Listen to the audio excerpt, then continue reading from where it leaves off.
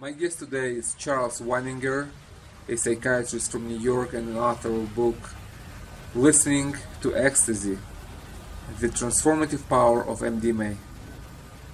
Our, our sincere and heartfelt conversation will take you to Charles' personal and professional life, in which he shares a deep soul trauma and how MDMA helped him and his wife to heal the loss.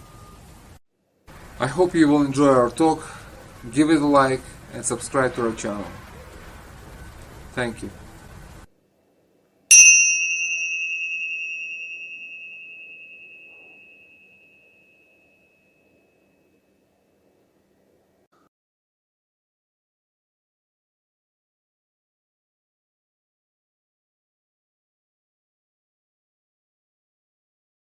Charley, Dr. Love, thank you for coming today. Nice to meet you. Thank you, Sergey. It's great to be here. Well, you wrote a book recently titled Listening to Ecstasy, in which you speak about your personal relationship with MDMA and how that enhanced your life, your psychotherapy, and maybe you would like to share about this, starting from from your background, Sure. please. Sure. I am uh, a psychotherapist with 30 years of experience, and I've been a psychonaut for the past 50 years. And the story in the book, Listening to Ecstasy, The Transformative Power of MDMA, is a human story about how my wife and I ventured into the forbidden world of psychedelic drug users back in the early parts of the century and found that world to be enchanted. And the book is about how that opened up our lives to friendship, fun, and freedom. And we learned through our use of MDMA and plant medicines as well, how these powerful medications can open up our world, make our relationship, give a whole other level of connection and joy to our relationship, and help us through the aging process. I'm 72 right now, and my wife just turned 70, and we've learned that MDMA, among other psychedelics, it's helped us navigate the growing older and dealing with all those changes. Well, that's very interesting. Maybe we can talk about first how you got to it, like in the beginning, and then maybe we can move towards like what is it today and how is it to get older and using psychoactive substances that helps you with. So what was your first experience with MDMA? My first experience with any psychedelics or with MDMA? MDMA, let's start from there. Okay. Well, I done MDMA a few times in the 90s and didn't like it. It didn't work for me. I didn't know about the protocols at the time.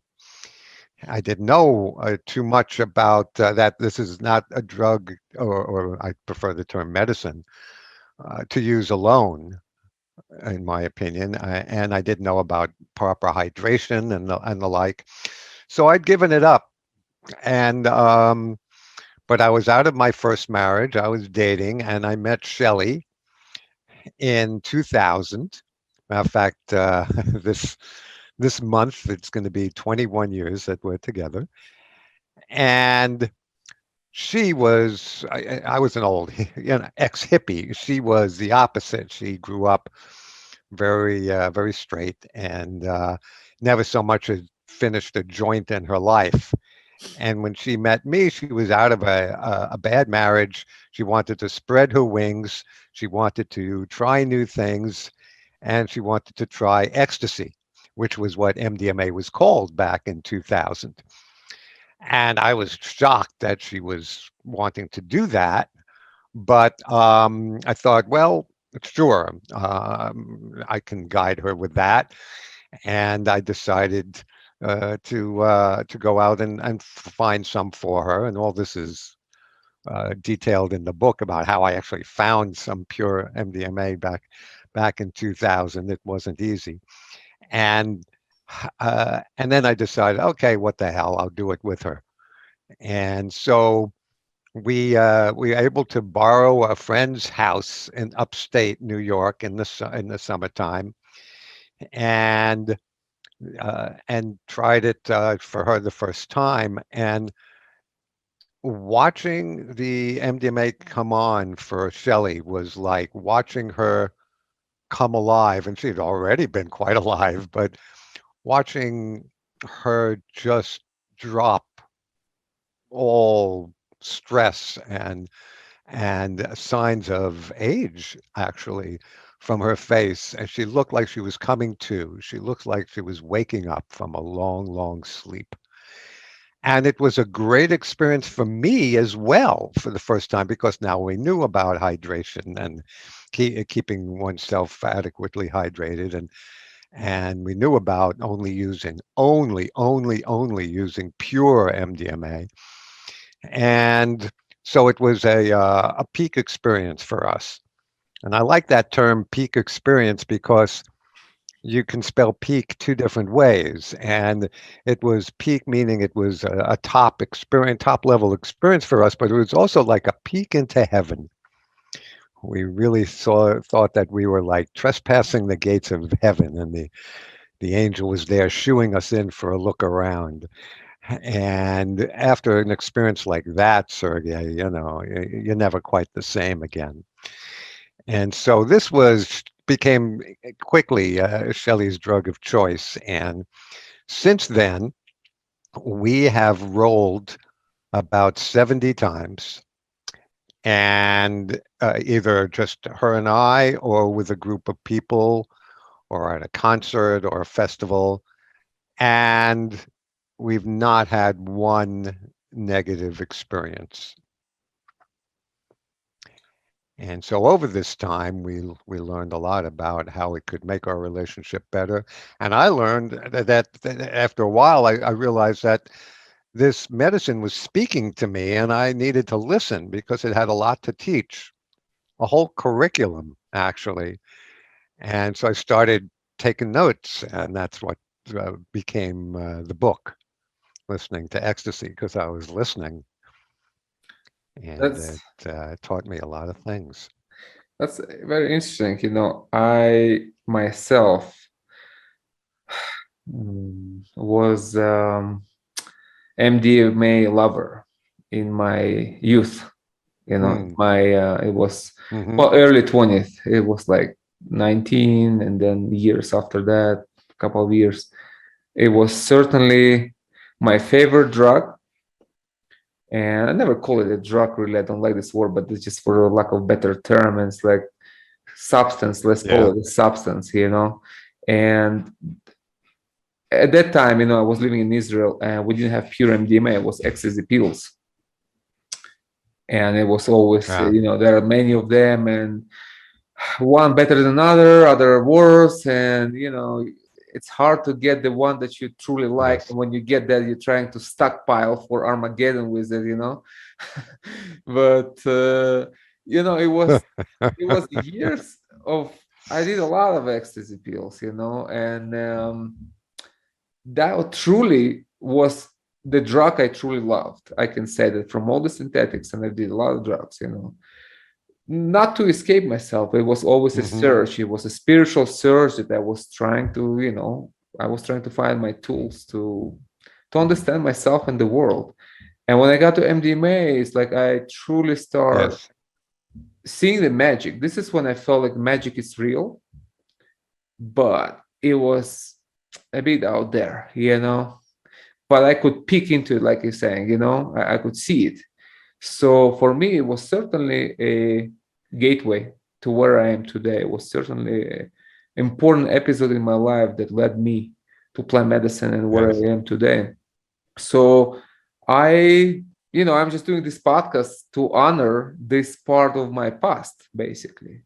Although I don't promote synthetics Mm. per se, but MDMA, it can be a very good tool to help people to to understand themselves and to heal, and if done properly, there can be benefits from that, as it was for me, and it was a healing for me. It was just more, expansion. So maybe you want to share Yes. something like, you know how that changed you, and later how you employ that in your psychotherapy, and what kind of healing have you seen in your clients? It's changed me, and well, first I'll tell you how it changed me. It over time, it's made me a more compassionate and empathetic person, and also it changed my relationships to my thoughts, just like meditation can do, because I can be somebody who worries a lot, who frets a lot, and who is I have a tendency towards a mild depression. Mm. So, and it's all thought driven. So MDMA was teaching me uh, a whole other way of looking at life and looking at my mind. It was teaching me, it said like, hey, you see how good you feel now? Well, take a look at your life, Charlie. All those things you worried about, all those things you were concerned about, all those times you got sick and you thought, uh-oh, this is the end. All those times that you took a financial hit and you thought, uh-oh, I'm going to go bankrupt. How many of those actually turned out that way? How many of the things you thought were going to be horrible really turned out to be horrible? And I started realizing that, yeah, I tend to what they call catastrophize. I tend to take something that is challenging and tend to think the worst of it and go down these negative rabbit holes. And MDMA was teaching me like I don't have to do that. I don't have to do that.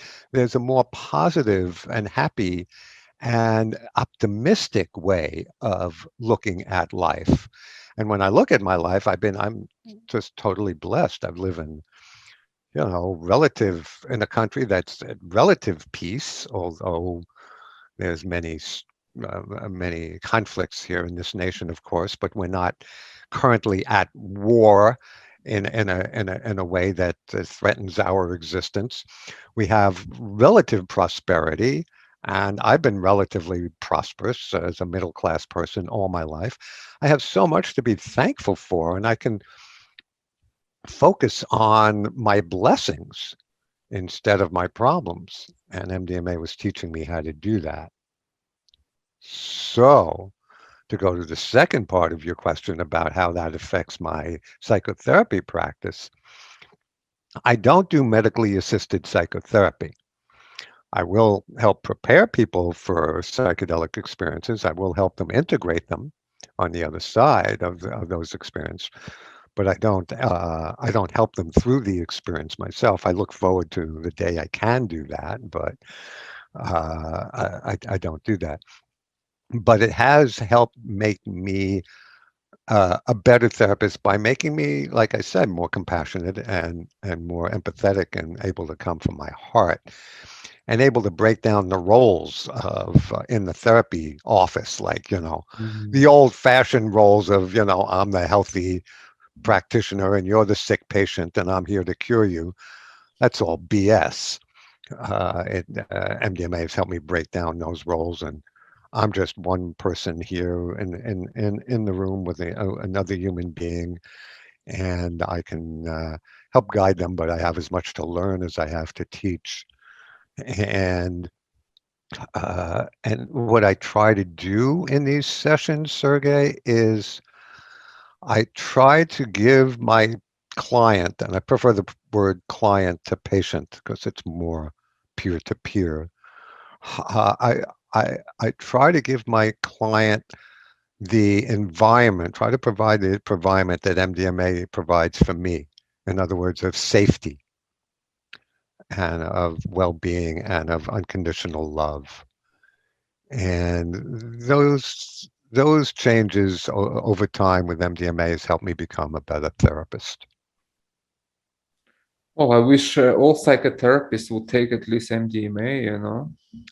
It would create a much I think every healthier. psychotherapist should. It's part of their Yeah, training. yeah, absolutely, absolutely. Because Yeah, it's just like, you know, I have many people who come to us and, you know, saying that, you know, they've been struggling with depression for many years and they've seen therapists for years. And their experience, it's very sad, you know. They're saying like, you know, I've been 5 years with this yeah, therapist and 3 years with this one, and nothing really changed. And it's just because what you're saying is because, you know, I personally see a lot of ego involved into it. It's like I'm a therapist and I'm all known and you're sick and I'm listening to you and I'm just prescribing you Prozac or Xanax, you know. It's just not working, you know. It's yeah, not real therapy. yeah. Right. And in fact, I had a therapist here a few years ago. He was from California, also in his probably late 50s, and kind of a renegade psychotherapist, you know. And we had a beautiful Mm-hmm. conversation here, heart to heart, in ceremony. And he basically said that what happened is that the big pharma actually took therapy out of therapy. That's what he said. It's like there is a Yeah, therapy in the yeah, therapy. It's just they replace that with medications, and that's, you know, it's good for business, but it's not good for people. So he was very sad about this, and he kind of quit the yeah, whole thing. And so definitely would be better if people like you, there will be more people like you who could actually feel the patient from the heart, to see the person in the yeah, person, yes. you know. Mm-hmm. And that's what MDMA Yeah. seems help you with. So can you share? Yes, uh, it's a, Go ahead. go ahead. I just want to ask you if you can share the story how you became known Dr. Love. Actually, technically, I became known as the Love Doctor. The It's Love Doctor. because, Yeah. and this is how I met Shelley back in 2000. I was giving lectures around New York and on dating. I was building my practice by finding a niche in dealing with single people. And because I was fresh out of a marriage and I was single myself and I was learning dating skills all over again in my 40s and started teaching what I was learning and giving these courses called the Relation Shop. And so that's somebody from a newspaper here in New York, Newsday, came and covered one of my events where I had about 150 people and then ran a full page spread called with the headline "Just Call Him the Love Doctor," and that's how I got that Mhm. name. So it wasn't connected to MDMA. It wasn't connected to MDMA, but maybe now you can say it is. I don't know. Well, I mean, it's certainly the love drug, isn't it? oh, totally. That's what I thought when I read your So book. I thought they called you Love Doctor because you're taking MDMA and doing therapy. So okay, that makes sense. You know? ah ah Totally, that yeah, makes sense. yeah. You know? Okay, well, So yeah, yeah, yeah. Maybe I didn't make that clear. yeah, well, maybe for me, you know, I Yeah. was kind of reading fast through the book just to, you know, get a feel of it. I Okay. didn't read the whole thing, which I recommend people Sure. to. Certainly, it's well Sure. written, sincere, good account of a person, you know, coming out from the kind of hiding, you know. And Would you like to share Yes, that's some? part of what the book is about. Yeah, exactly. Would you like to share some, healing stories, on people you have seen, met, assisted, yourself? Anything that you can say that, yes, that helped me a lot? I can share with you a story that is very, very personal and intimate about a personal tragedy that my wife and I suffered in May of this year, back on May 13th. Please, if you feel comfortable. If you're open to that, Sure. If you feel comfortable. um, sure. It's a little tender for me, but bear with me if you would. Uh, we are just a little background here. We're considered elders in the local psychedelic community here in New York, and uh, so we've been hosting group experiences for the past 15 years, and using MDMA. But we had one planned for May 22nd of this year. But on May 13th, excuse me, Shelley lost her son, my stepson. We still don't know why. The results of the autopsy still aren't in. He was 39 years old. Shelley, of course, was completely devastated, but not for 1 minute did she doubt that she would go ahead with the role that we'd planned for the 22nd of May. Um, Before Scott's death, we were just looking forward to it, and she was looking forward to it as usual. But afterwards, she knew she needed it. And so on that day in Prospect Park here in Brooklyn, we had 40 friends join us. They had RSVP'd many, a few months before. People of all ages, from all walks of life, and from all over the country. And as usual, we spent an exquisite day together in the park. To everyone else in the park, it looked like a bunch of friends having a picnic. But earlier in the week, Shelley put out the word to everyone that what had happened to her, and that she requested a healing circle at some point during the day. She wanted it not just for herself, but for anyone else who needed it as well.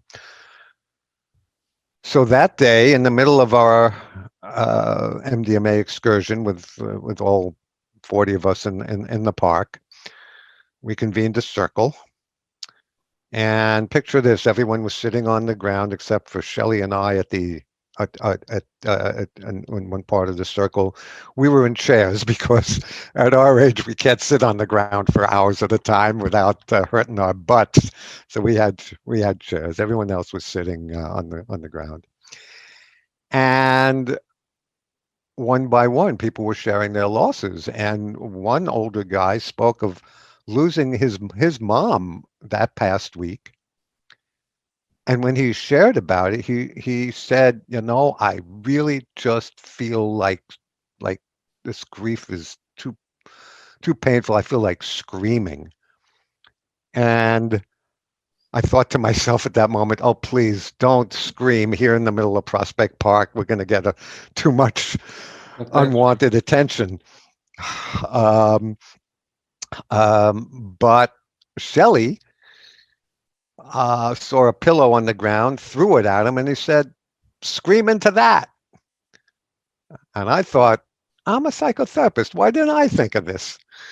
But anyway, this man screamed with all his might a cathartic scream right into that pillow, and we all cheered because it was clearly so healing and cathartic for him.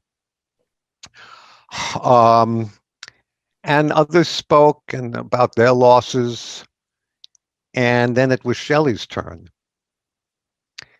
And she took out a framed photo that somebody had made for her, an enlarged photo of her son, and to showed it to the group and started crying. She spoke of how her son had been in pain all his life. Great mental anguish, this poor guy. He was in mental hospitals in and out of mental hospitals as a teenager. And in the past few years, he was in great physical pain as well. And she was done, and then I spoke. And I said to her, everyone could hear, but I was saying it directly to her. I said, Shelley, what I didn't share with you until now is that the day Scott died, which was 9 days before, I felt his presence there in the living room. He was smiling. He was sending love to you and to me. And he said, I'm free. And it was then that my wife burst like a dam and broke into the deepest sobs.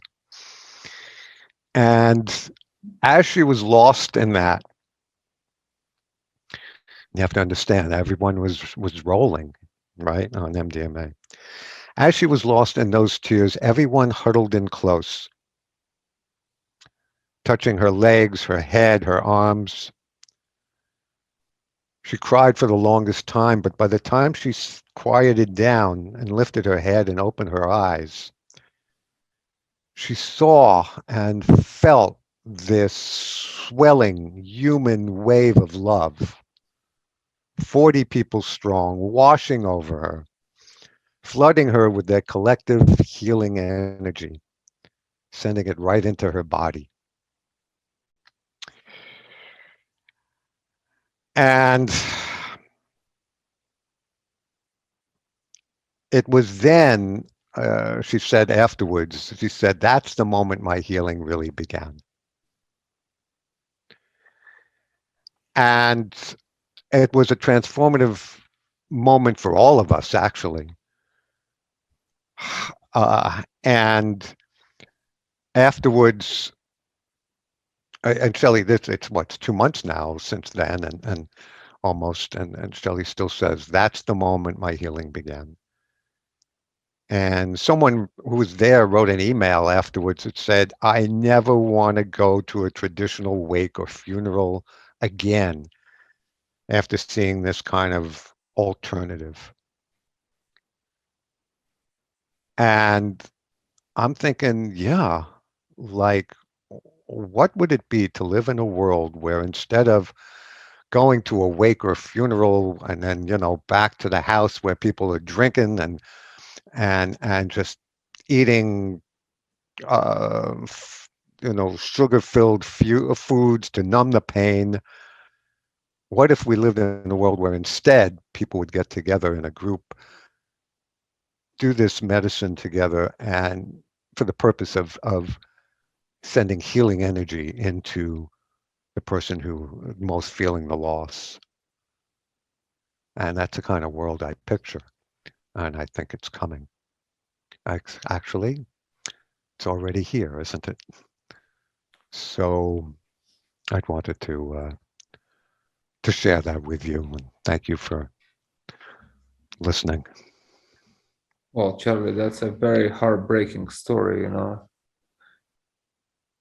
First of all, please accept my condolence.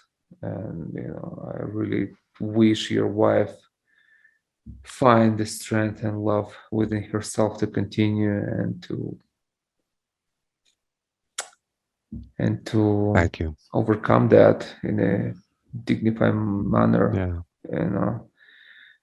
But it's a very Yeah, powerful thank healing you. story and that definitely deserve to be shared with people, you know. That's just my personal mm, recommendation for another book or something. If you write, She loves sharing the. She loves. Yeah, I would include yeah. that. She loves sharing this story to anyone who will listen. It's healing for her to share the story and recall that day. And I don't think she ever felt so loved by a group of people in her life. Are you aware of MAPS research on MDMA? Yes. Um, I'm just I'm just having a feeling now that it would be of great importance for the cast to share the story with them and include that Hmm. in their curriculum, if you will, and to show what it does in real life, you know, and see how that can be integrated and help to, you know, decriminalize MDMA therapy. That's a powerful story that can Yeah. contribute to Yeah. this. And I also heard that they are looking for credible psychotherapists to work with MDMA. And it seems to me that you would be a great candidate if, you know, if that's something you would like, you know. But it's just something to connect and see what's there for each of you, you know. Yes. Yeah. Thank you. No, that's a good idea to connect with maps. And I know Rick Doblin very well. And I think he or certainly the website would be interested in a story like this. And Absolutely. uh, yeah. So Yeah. maybe we can move to a little bit other subject because it's a bit too heavy, you know. So let's maybe Hmm. talk about Sure. well, we can talk about a few things.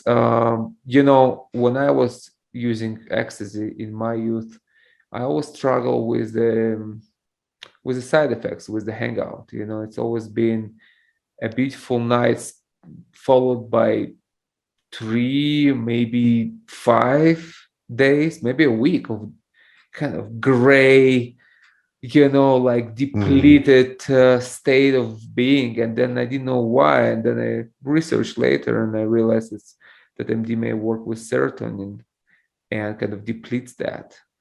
Yes. So, Well, it's not only that. And there's a chapter in the book about how to beat the what they call the Tuesday blues. Um, and you mentioned maps in their studies with people who've suffered from PTSD. No one has yet reported having this negative after effect. And in Shelley and my 70 experiences, we've not yet suffered from the Tuesday blues. I don't want to blame people who, like yourself, who have suffered from it, but actually, you hit on it a little earlier. You were taking these pressed pills mostly, and so as you no doubt know that now, one must only do pure MDMA. We only use pure. We always test it. We won't buy it unless we test it.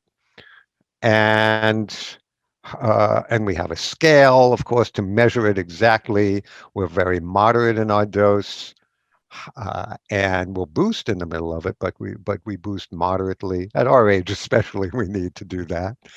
We keep well hydrated.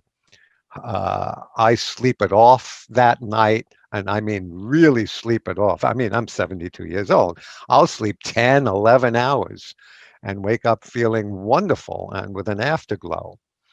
And I eat well. We take 5-HTP, which is an over-the-counter supplement that helps replace the serotonin. We do all these things very rigorously to make sure that we're safe and we do it right. Because otherwise, at our age, it would be we turn into a negative experience, and it's too precious an experience for us to overdo it. So and we don't do it too often. We'll do this about 4, 5, or 6 times a year, Every two never months, some more of than that. that. So you using MDMA Yeah, like a pure powder in capsules? correct. Hmm. Yeah, Yeah, we yeah. didn't have that. It was That's the just only time we'll do it. pressed pills, which you don't know what it could be speed in it. It could be whatever. It's like you never know what you take. You know. You There's just a don't. wonderful organization which you've probably heard of called Dance Safe, dancesafe.org, that will analyze that pill for you. And Mm. they used to put the picture of the pill on their website and tell you what's in it, or they'll analyze it for you personally. And but they sell testing kits as well, and we have a testing kit, of course, and that you can get. Not It's not expensive, and it's legal to get, Mhm. and we're very careful with that. I remember You need even to be. going to Amsterdam in search for better pills, in my youth. I thought, Yeah, okay, I got it all. I ate all the pills I have here in Israel. They have it in yeah, Amsterdam, so I go there and see what's there. And it's pretty much it's a similar thing. I mean, you still get that hangover, and it's like at some point, I was tired by that, by the hangover. yeah. Sure, It just absolutely. it's like And toxic. this is why so many.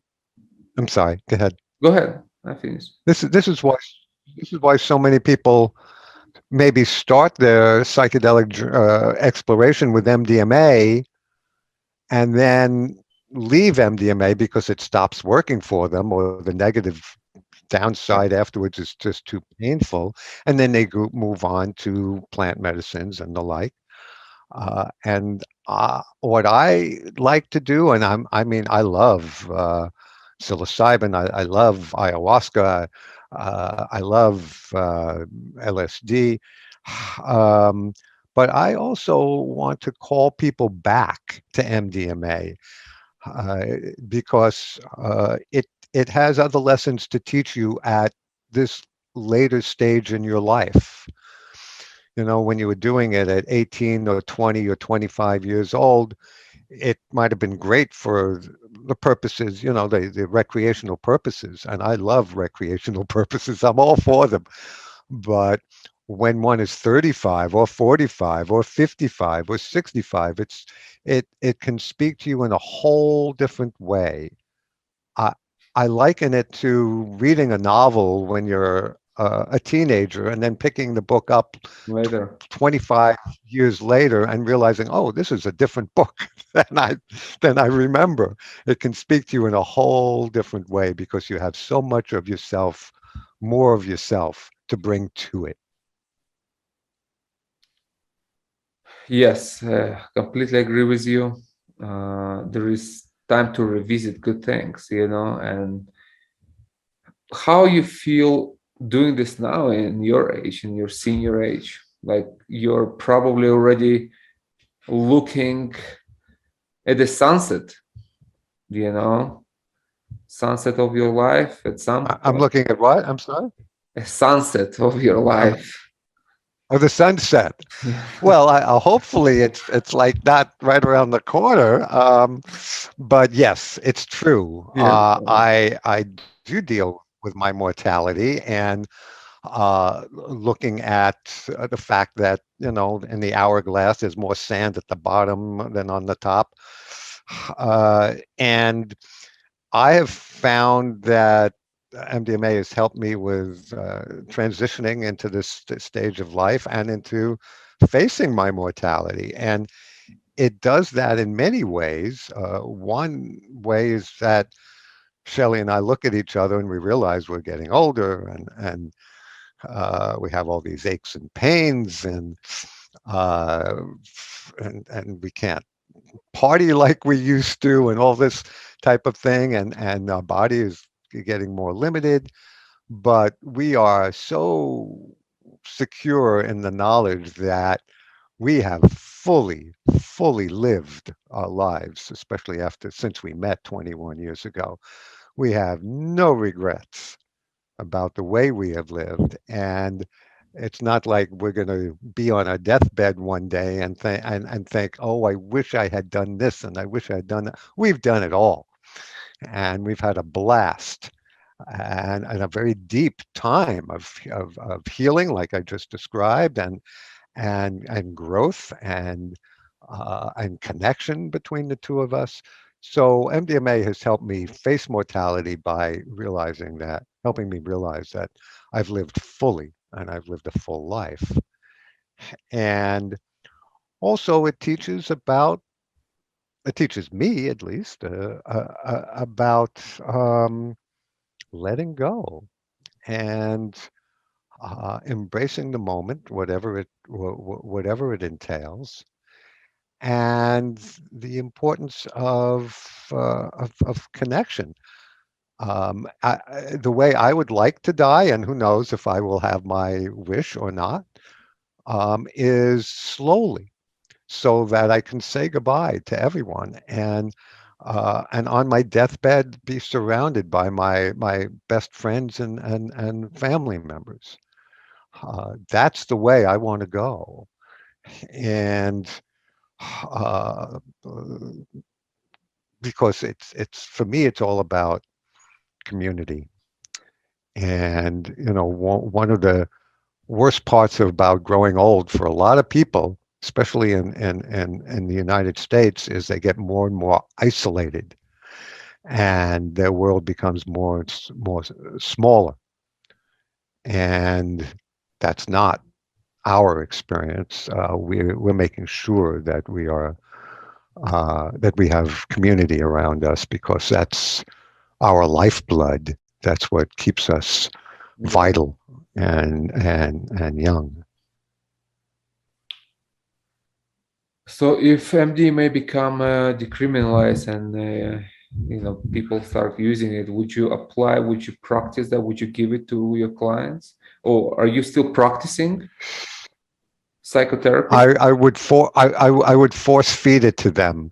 No, not really. I would strongly recommend if when it becomes legal and I can administer it to my clients, I certainly will be very happy. I could do, half my practice is couples, Sergey. I could do 6 months worth of couples therapy in a day with MDMA, and I certainly look forward to that. So you're practicing currently? I consider in my practice, yeah. I look forward to the day I can do that. And I call it the chemical of connection, because it connects us to ourselves and to each other and to the world at large and to nature and to the cosmos. And certainly when it comes to relationships and romantic relationships, it's really MDMA serves as emotional superglue. Really bonds people together. That's very true. I remember that from my time. I was, I had that problem. I was like falling in love easily. I was like, breaking heart all the time. It's like you lose your appetite, you don't eat, you don't sleep over a girl you met on the street in a bus station somewhere. It was just crazy in my youth, So in a sense, I was looking for a cure to cure my romanticism, So when I got to MDMA, I thought, okay, that might do, but it's actually gotten worse, because when you do MDMA with someone you like, I mean, there is so much connection, there is so much. I mean, you fall in love deeper, even more hopelessly, So I had to go through all this chapter in my life, Yes. Well, that's an interesting point, because it can, and I've had this experience at parties where I'd make a connection with somebody that I thought was deep and profound and I thought would last, but it was really the MDMA talking. Yes. And it didn't last. And it can be deceptive in that way. Yes. So I know what you're saying, and uh, as you know, with psychedelics, it's all about set and setting, and the most important part of your setting, in my opinion, is who you are with. And so, if you're doing it if you're doing MDMA with a person who is of the gender that you're attracted to, or just the person you're attracted to, forget about gender, you're sexually attracted to them, you're romantically attracted to them, but it might not be mutual. It can be risky to do MDMA together because it can give you both the experience of falling in love that might not last into The the next next morning. day. Yeah. That's right. That's So right. what happened to our So you love? I do mean, have to be yesterday, careful. yesterday I thought you're my woman. Yeah. Today I don't feel that anymore. It's just, Right. Yeah. it's like everything is Yeah. magical, and the next morning it's like there is a great distance between us. So you just learn to move through this. Yeah. So I want to ask you. That's a very personal thing. If you don't feel like saying, we just move on.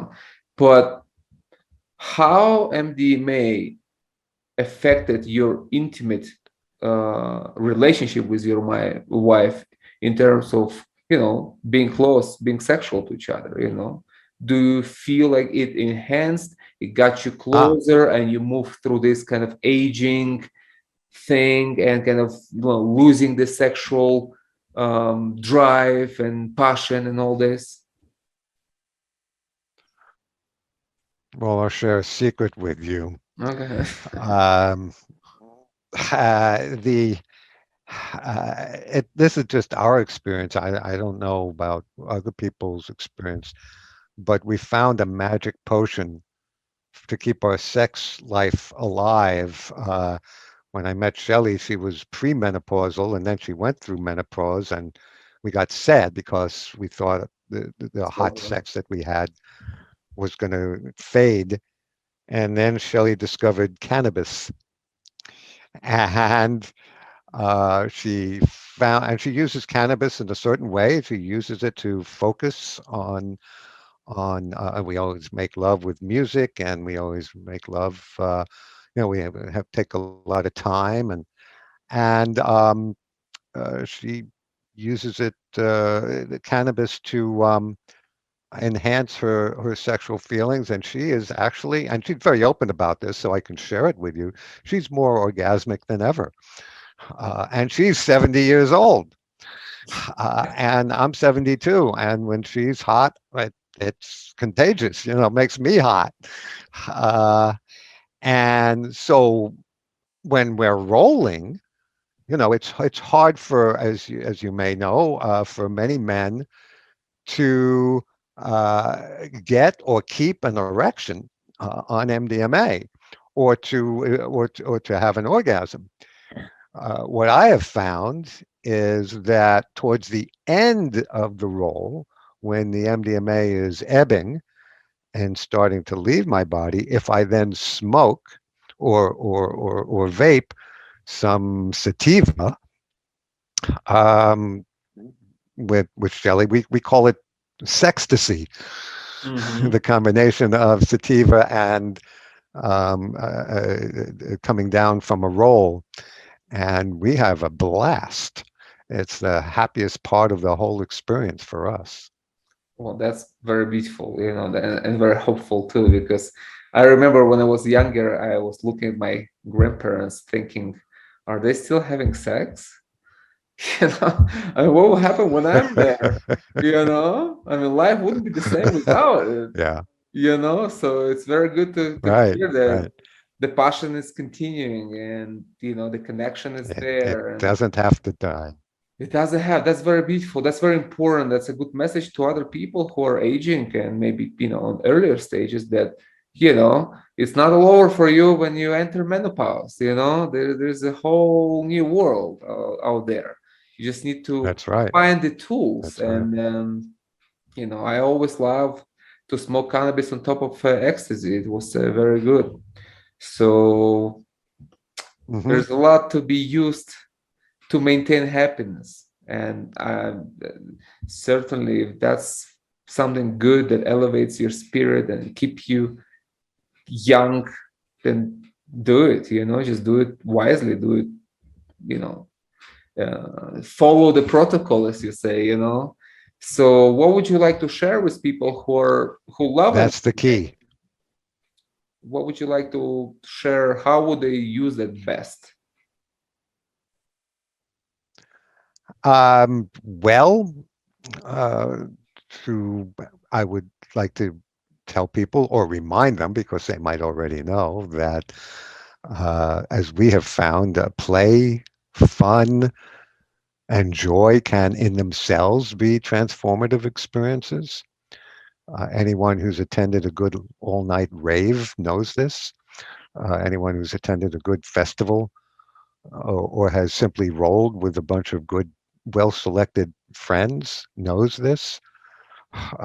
It can be transformative, and don't ever apologize for using plant medicine or MDMA recreationally, although I think a better word for it would be celebrationally. Mhm. It doesn't, you can use it for healing, absolutely, because these are very versatile compounds. You can use it to heal trauma, you can use it to heal many things, but don't apologize for or look down upon people who use it celebrationally, because these can be transformational experiences. And I would always want to tell people not to forget that, because MDMA, for example, is just so incredibly versatile and can be used in all these ways. That's very good advice, really. There is nothing wrong with being happy. That's what we'll want at the end of the day anyway. So whatever brings you there is good. Yes, especially, and of course, then the work is, as you know, the work in these experiences has to do with the integration afterwards.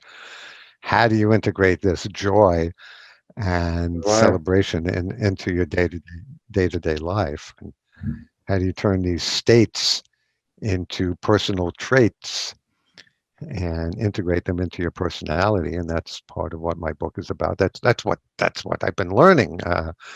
And MDMA and other medicines are still teaching me. So were you writing on the MDMA or in between? No, the only drug I ever used to write is very, very dark chocolate. Cacao? Yes, I just had yes, I 100% raw cacao. It doesn't taste good, but it sure has a great effect, I and know. it's good for writing. I just had a bunch before And our talk today, so I still have haha, it in my so did I. cacao is good, and a cup of good coca tea that makes Yes, things going well. yes, Because yes. I ask you It's because I wrote a lot on MDMA. It was my favorite time. Just me expressing myself, writing. It was poetry. It was just thoughts, and I found that I started at raving, and then I moved away from this into more secluded environment, just by myself in the forest under the moon, reading Omar Khayyam or Rumi. mm, It was like very mm, much. I really went there into the Sufi, esoteric world in MDMA to understand, to feel their wisdom, and sitting there in the forest crying, you know mm. feeling Sounds the beautiful. feeling the wisdom that coming through centuries at you. So that was my fun, Mm, you know but of course it was great I sharing love with it. people too. So I want to ask you, you mentioned earlier about this catastrophizing. How what would you say to people like who have this problem? Because many do. I know this myself. I'm that person too. I mean, for me, everything the end of the world. So how how to deal with it for people, what tools, like psychological tools, you can give to people, maybe suggestions, if you have that, how to calm down, how to break through this, so at least have a relief. Hmm.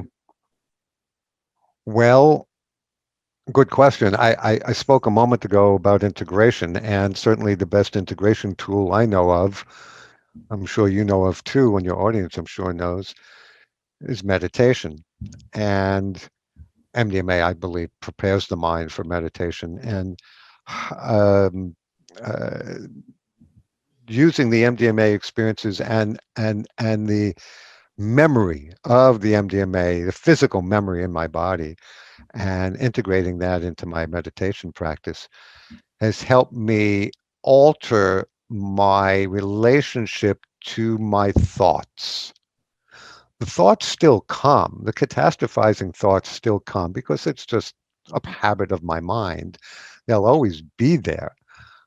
But now I catch them sooner, realize, okay, I'm going through it, I'm going down a rabbit hole. I don't have to go down there. These thoughts in my long history have taught me, and I've learned that these thoughts 99% of the time don't come to fruition. They don't come true. And I can remember that right now. And I can realize that I don't have to believe everything I think. I Mm-hmm. can just have the thought and watch it go in my head and out my head, and then the next thought comes, and these thoughts come and go. They rise and fall, and I don't have to take them oh so seriously. Yeah, we're talking about detachment from thoughts process, like observing your thoughts as the observing eye. Observing my thoughts instead of being lost in them. Yeah. Mm-hmm. Yeah. Well, not always it's easy, but it's certainly effective, and I can attest to it. It takes practice. Yeah. It takes practice and memory and remembering that, okay, I've been down this road before. Has these worst case scenario thoughts ever come true? Well, maybe once 20 years ago or something, but usually no, they don't come true. And I can remember that in the moment. It's all come down to awareness, I guess. When you're aware in the moment, you can see yourself. You can separate from your thoughts. But when you all, Yes. swallowed in a sleep-like trance, then you are your thoughts, and then you believe everything that is happening in your head. So it's a practice. That's That's that's right. why And that's why I personally advocate for merger of psychedelics with spirituality. None of them yes, separately, not enough. Like personally, after lifelong of searching and doing, and I see a tremendous benefit of studying spiritual traditions and bringing them and filtering them through psychedelic experience. And that's how you integrate that. That's how you understand what works and what not. you know yes, and I would add a third element in that, which is community and communication. I notice that when I go down these rabbit holes, when I have these negative thoughts, I'm tending to keep them to myself. Mm. And as a friend, my brother actually once said to me, the mind is a dangerous neighborhood. Don't go there alone. So when I remember that, I'll pick up the phone and I'll call a friend and share these thoughts with them and let them know what's going on with me. And that also helps me come out of it. That's a very good advice, and that's why I joined and supported Thank You Plant Medicine movement, because it's a movement of people who love plant medicine, psychedelics, and it's a platform where people can share and integrate. It's a very dynamic and sincere and real opportunity for people to not to go into a dangerous neighborhood Yes, we all alone. need each other. Definitely. We need each other very, very much. And boy, did we find this out in the last 14, 15 months, right? How Wow. much we need each other. Yeah, and how much we need psychedelics. You know? You both. That's But, right. Yes. but if someone was doubting before, those doubts should be evaporating by now. Well, And I wouldn't make it well through said. if I wouldn't have all this cactus here to chew. Yeah, yeah, I would be yeah. probably crazy right now. I maintain my I know sanity, what you mean. you know. Well, it was a very interesting Yes. talking to you. And if you like to share anything at the end, please do. Well, sure. I invite people to go to listeningtoecstasy.com, and they can get in touch with me that way if they wish. They can go to the Simon and Schuster website and type in "listening to ecstasy," and which is now available in the audio version, where I'm the narrator of that, and or the print version. And I invite anyone of your audience to reach out to me if you want to connect. I'm happy to hear from you. And Sergey, I really appreciate you having me on and having this opportunity to share with you and your audience about these things. It's meaningless to me without sharing it. So thank you very much, and thank you for doing this work. Thank you, Charlie. It's my pleasure. It's my honor to do this. It's something I believe in and something I do from my heart. You know. So, and it's I can great tell. to see people in senior age like you who have not got old in spirit. You might aged, but you have retained the youth. And that's very inspiring and that's beautiful. And I salute you for that and thank you for being there. Thanks for saying that. Yeah.